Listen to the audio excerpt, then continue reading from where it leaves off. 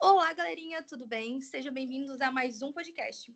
Hoje, com um diferencial que é ao vivo, principalmente em relação ao vídeo. Hoje a gente está com a nossa queridíssima entrevistadora, Beatriz, perdão. Como é que você está, Beatriz? Tô ótima, Thay. E você, tudo bem? Tudo certo. E com uma excelente convidada que vem de outro estado, o estado de Tocantins. Seja bem-vinda, Lorena, tudo bem? Obrigada, tudo bem, graças a Deus. Oi, É um Lorena. prazer enorme poder estar aqui com vocês. É o nesse nosso, podcast. principalmente. Prazer é nosso, com certeza. Lorena, a gente se conheceu principalmente para falar para o pessoal. Eu e a Lorena, a gente participou de um congresso, que na verdade é um workshop, referente à justiça restaurativa. Foi então que eu tive o contato e o prazer de ter esse contato com a Lorena. Lorena, poderia explicar um pouquinho da tua formação e como que você chegou à relação ao primeiro contato com a justiça restaurativa? Então, aqui no nosso estado Tocantins, o Poder Judiciário adotou a justiça restaurativa ainda em 2017. Foi as primeiras formações. E a minha formação se deu em 2018. Foi o nosso primeiro contato e o meu também, né, nessa matéria tão hoje difundida. Certo. E o que você poderia passar para a gente sobre o que é a justiça restaurativa hoje em dia aqui no Brasil?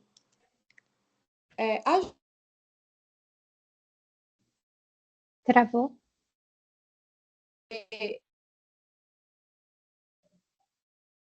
Gente, estão me ligando. Meu Deus. Eu acho que travou, né? Eu acho que Eu achei que cortou tinha- aí, saí, voltei. Pode voltar, não tem Peraí. problema. Tá, peraí só um pouquinho.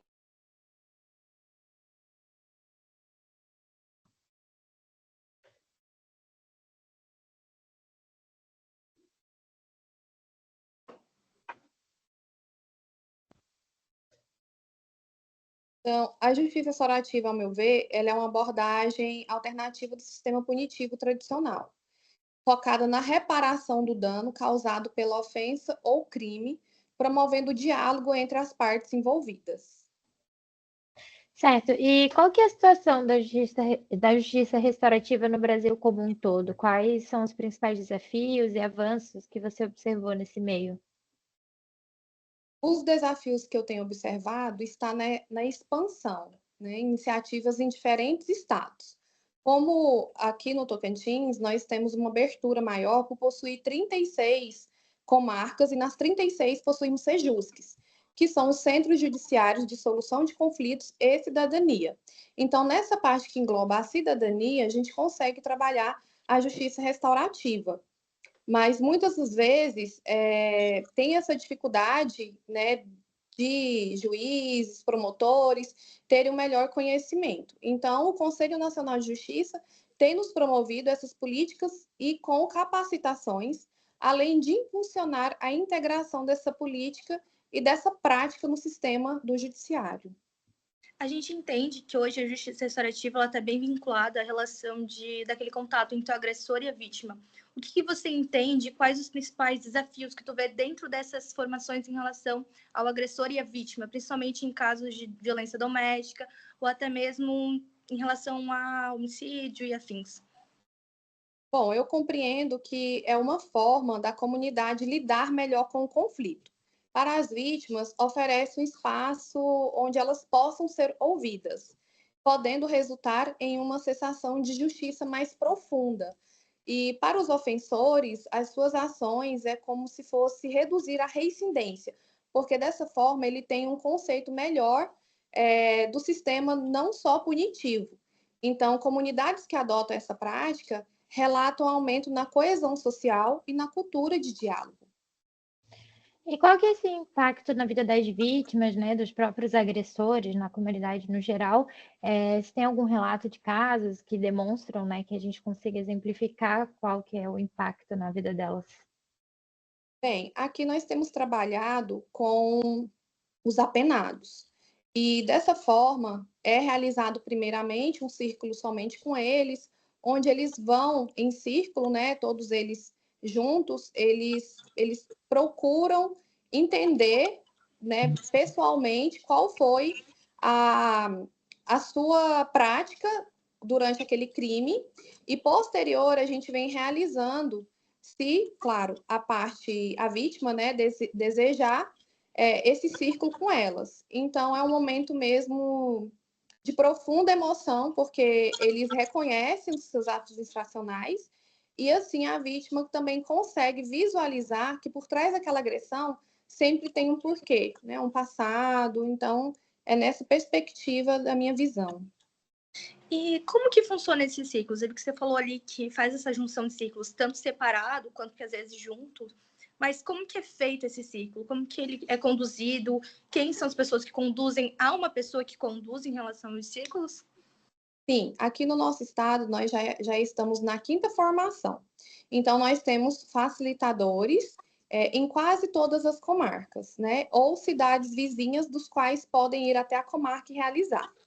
Eles montam um planejamento com as perguntas norteadoras para cada caso específico e é enviado judicialmente uma solicitação dentro do próprio processo, onde o magistrado solicita ao NUPEMEC e à Coordenadoria da Justiça Restaurativa para que esse círculo aconteça. Então, nós escalonamos os profissionais, os facilitadores credenciados, que no nosso estado nós trabalhamos com essa formação de credenciamento, eles recebem pela hora trabalhada e, assim, eles entram em contato com as vítimas, oferecem a prática, explica, dá uma explanação para que ela compreenda melhor o que significa a justiça restaurativa, como se dará, e aceitando, é formado um círculo, onde sentam mesmo, né, falas circulares ali, colocamos o tapete institucional, nós temos um tapete com a nossa logomarca ao centro, é utilizado o objeto da fala e explicado sobre as técnicas, bem como colocado também as diretrizes, né, e o conceito do que é a justiça restaurativa. E assim, com essas perguntas norteadoras, o círculo vai acontecendo. Certo. Ali você comentou, né, que a justiça restaurativa ela é um meio para que tanto o agressor quanto a vítima, né, eles entendam e tenham a possibilidade de uma nova chance, vamos dizer assim, né? Como que contribui a justiça para a construção de uma cultura de paz no nosso país? Ela é fundamental na construção de uma cultura da paz, porque ela promove o diálogo. É a oportunidade que a vítima ofensor tem de estar dialogando sobre aquilo que ocasionou aquela responsabilização mútua. Então, é traçado a empatia, né? E a gente sempre explica que é um método mesmo não só de punição, e sim de consolidação dos seus pensamentos, sentimentos e ações. Certo. Eu vi ali que você falou que tanto com agressores quanto vítimas, no caso, após o acontecimento, mas há essa relação de círculo com jovens, adolescentes dentro das escolas, para ter esse princípio já desde o início ou somente quando acontece o fato? Sim, nós realizamos círculos de justiça restaurativa também nas escolas, no qual nós chamamos de menos complexos. Esses que já são da esfera judicial, nós chamamos de mais complexos, porque houve ali um crime, né, algo mais grave. Então, nas escolas, nós entramos em contato com as diretoras do colégio, fazemos a apresentação da justiça restaurativa, explicando todas as técnicas, as premissas, o regulamento do CNJ, e após a adesão, somos oficiados, e com isso a gente escala os profissionais que vão até as salas de aula, coloca os alunos todos em círculos, com perguntas norteadoras para cada um das séries, para que possa ter uma visão melhor das perguntas e familiarização também. Nesse âmbito da escola, em todo, a gente sabe que trazer esse tema, né, muitas vezes ele acaba sendo um pouco conflituoso, pelo que a gente já tem uma mentalidade já padronizada, né, que cresce com a gente, de que o agressor ele fez, foi porque sim, né, vamos dizer dessa forma. Qual que seria a forma mais efetiva de a gente conseguir implantar isso no nosso sistema, né, para que as pessoas pudessem estar aptas a entender melhor e pôr em prática no dia a dia? Sim, no sistema criminal, né, que são os casos mais complexos, como eu me referi, é necessário que os juízes, promotores e defensores adotem essa mentalidade restaurativa e veja que a prática ela é complementar ao sistema punitivo. né? E não só como uma substituição. E isso pode incluir o uso dessa prática da justiça restaurativa também nos processos de mediação, principalmente em crimes de menor gravidade, com foco na reparação daquele dano. Certo. E a gente vê ali que tem bastante relação com as políticas públicas para a gente poder instaurar ali a justiça restaurativa em todos os âmbitos ali, tanto criminal quanto a gente pode utilizar entre os âmbitos de outros crimes menores que não sejam em relação a crimes mais graves. O que você considera em relação ao papel político das relações políticas públicas para instaurar essa justiça restaurativa no Brasil mais efetivamente? Eu penso que tem que haver o incentivo e a aplicabilidade de recursos suficientes para esse programa ele ser continuado, né? E quebrar assim, a resistência da parte e bem como também dos operadores de direito. Ou seja, mais divulgação, mais curso de formação, e isso pode incluir também uma uma consolidação dependente de políticas públicas bem como estruturadas, né? O apoio institucional, com maior visibilidade e aceitação por parte da sociedade e bem como do sistema de justiça. Então, a maneira de fomentar mais essa expansão seria dessas formas, através de cursos, divulgações, de mídias, enfim, todo um meio para trazer para as pessoas essas informações mais claras, vamos dizer assim. Exatamente. Em mutirões, né? Mesmo que seja mutirões de políticas públicas ou mutirões já de audiências, um banner que seja levado, uma explicação, cartilhas. Eu acho que essa é uma forma da aceitação maior pela sociedade. E existe um plano de desenvolvimento para isso, vamos dizer, anual, para que uma estratégia, né, de projeto para que possa trazer isso para a população? Aqui no nosso estado Tocantins, nós temos os seminários de justiça restaurativa que acontecem anualmente e temos também as formações e o aperfeiçoamento daqueles facilitadores que já são credenciados conosco. Você poderia explicar um pouquinho o que era um facilitador e no que ele abrange na justiça restaurativa para o pessoal entender um pouquinho? O facilitador é qualquer pessoa comum maior de 21 anos que goste, né, dessa prática, porque ela é uma prática também bem emotiva, que você tem que ter empatia, você precisa traçar o rapport, né, a gostar mesmo da prática. Então, nós divulgamos as formações e as faculdades e a população em geral sempre nos procuram solicitando essa formação. Então, esse é o meio no qual a gente capacita esse facilitador, ou seja, ele facilita, ele é um operador que vai facilitar a comunicação entre as vítimas e ofensores, nos casos de complexidade, e nos menos complexos, que são ciclos de construção de paz nas escolas ou em ambientes de trabalho. Também realizamos aqui no Tocantins em clínicas de reabilitação, para inserção dessa pessoa à família. E você saberia dizer para a gente qual seria mais ou menos esse prazo de capacitação para que a pessoa possa ser Facilitador? facilitadores? Então, nós temos o CNJ, ele no regulamento de capacitações formalizado por ele traz assim diversas vertentes para essa formação. Ela pode ser na modalidade virtual, ela pode ser na modalidade presencial, porém com um mínimo e um máximo, aliás, de profissionais. Então, nas nossas salas, a gente não utiliza mais do que 25 profissionais, para que todos tenham o poder de fala, né, o poder de escuta, a troca. E aqui nós temos ofertado o curso, geralmente com 40 horas na parte teórica e a realização da parte prática com acompanhamento de uma instrutora, que faz, no caso, a tutoria.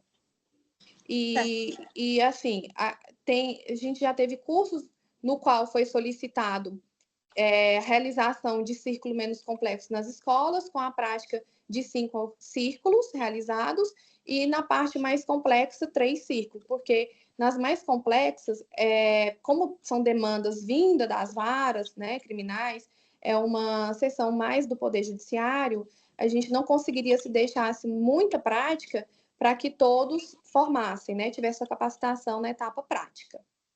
Certo. Eu entendo que aqui em Santa Catarina tem um funcionamento, mas eu gostaria de saber ali pela parte de Tocantins, quais são os principais projetos da JR que vocês implementam no estado de vocês? Olha, nós temos assim um portfólio maravilhoso que ele contempla a justiça restaurativa nas escolas, a justiça restaurativa no âmbito criminal, justiça restaurativa com os indígenas, que é um projeto maravilhoso, no qual está sendo bastante difundido. Nós estamos, inclusive, falar um pouquinho dessa justiça restaurativa nas aldeias. Nós temos um projeto da juíza Luciana Aglazan, que inclusive estava no curso conosco, e ela tem implementado essa justiça restaurativa lá na aldeia, que pertence à comarca do qual ela é juíza, e é justamente para que os indígenas possam ter mais empoderamento sobre o cultivo, o plantio e também sobre os seus cartões, para que eles tenham discernimento de cuidar daquele dinheiro do qual eles recebem mensal, seja por pensão, enfim, questões mesmo de aposentadoria, digamos assim.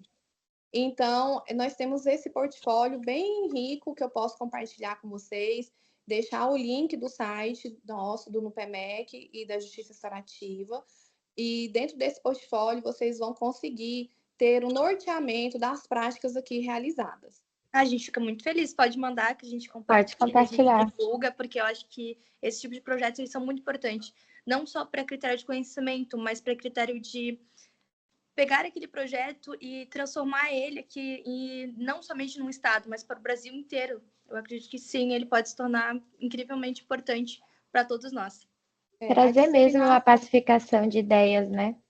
A disseminação ela é muito importante, principalmente para que nós possamos conhecer, né, novas aplicabilidades desse direito em outros estados. Inclusive, nessa formação que nós estivemos agora com a Kay Pranes, uma das mentoras da justiça restaurativa, né, internacionalmente conhecida, e nacionalmente também, sobre a justiça restaurativa na Justiça Federal. Eu, por exemplo, já printei todos aqueles projetos da doutora Michele e já estou começando a escrever para poder consolidar essa prática também aqui no nosso estado.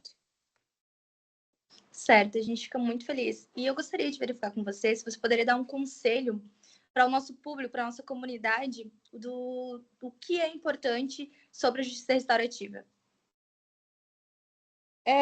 A importância dela é disseminar mesmo a cultura da paz, né, tendo esses profissionais especializados, que é crucial para garantir que essa prática seja aplicada de forma eficaz e ética. E então é investir mesmo em capacitação continuada, buscar mais conhecer da justiça restaurativa nas redes sociais, nos regulamentos, nos regimentos internos, né, e também na propagação. Certo, eu acredito que a gente está extremamente feliz com todas as informações dadas, principalmente porque a gente pode agregar muito na nossa vida. O conhecimento todo é bem-vindo, todo o conhecimento, a explanação que você deu para a gente, eu acho que foi incrível, e a gente só tem a agradecer. A gente entende que foi um tempo um pouco curto, a gente quer aproveitar mais de você. Lorena, a gente vai pedir para você vir outras vezes, principalmente para a gente se aprofundar mais no assunto da justiça restaurativa e principalmente Tocantins, que eu acho que o avanço que vocês estão é imenso, a qualidade do que vocês podem passar para as outras pessoas também é incrível. Então, eu particularmente só tenho a agradecer, acredito que o nosso público também vai agradecer imensamente pelas informações dadas. Imagina, eu que agradeço.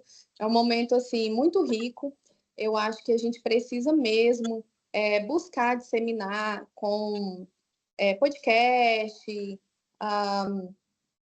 publicidade, né, no geral, e para investir nessa essencial formação, nessa essencial expansão da divulgação, tanto para os profissionais que possam lidar com esse desafio, bem como também para toda a população se sensibilizar com o processo restaurativo. E também fazer, né? Eu acho que a gente trazendo isso de outros estados para a gente aqui que está em Santa Catarina, vocês em Tocantins, para a gente entender também no que a gente acerta, no que a gente erra, né? Trazer mais os projetos em comum para fazer com que tudo funcione, né? Se funciona lá, pode ser que funcione aqui, fazendo as adaptações corretas, melhorar o que precisa ser melhorado. Acho que essa troca de ideias ela é muito fundamental para que não só as pessoas envolvidas no meio, mas também para a informação para todo mundo, acho que é muito válido. Te agradeço também, Lorena, por ter dado esse tempinho para a gente, muito importante. Eu sabia pouco sobre o assunto, irei me aprofundar mais também, mas muito bacana a sua vinda. Muito obrigada, e estou sempre à disposição, que vocês precisarem, e vou compartilhar o nosso portfólio, para que vocês tenham conhecimento e possam também fazer divulgação.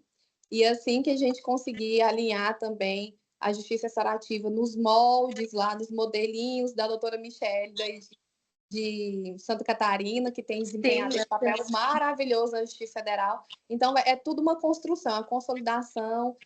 Eu falo que cada formação que eu participo da Justiça Restaurativa, parece que eu faço mais irmãos, né? Porque a gente cria uma conexão tão linda, é tão, assim, visível essa aceitação, essa empatia, essa troca, e só tem mesmo a acrescentar, e eu agradeço de coração mesmo pela oportunidade.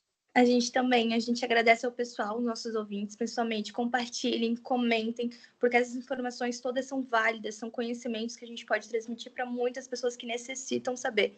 Então, novamente, meu agradecimento, e a gente finaliza nosso queridíssimo podcast com o nosso bordão. Tá ouvindo direito?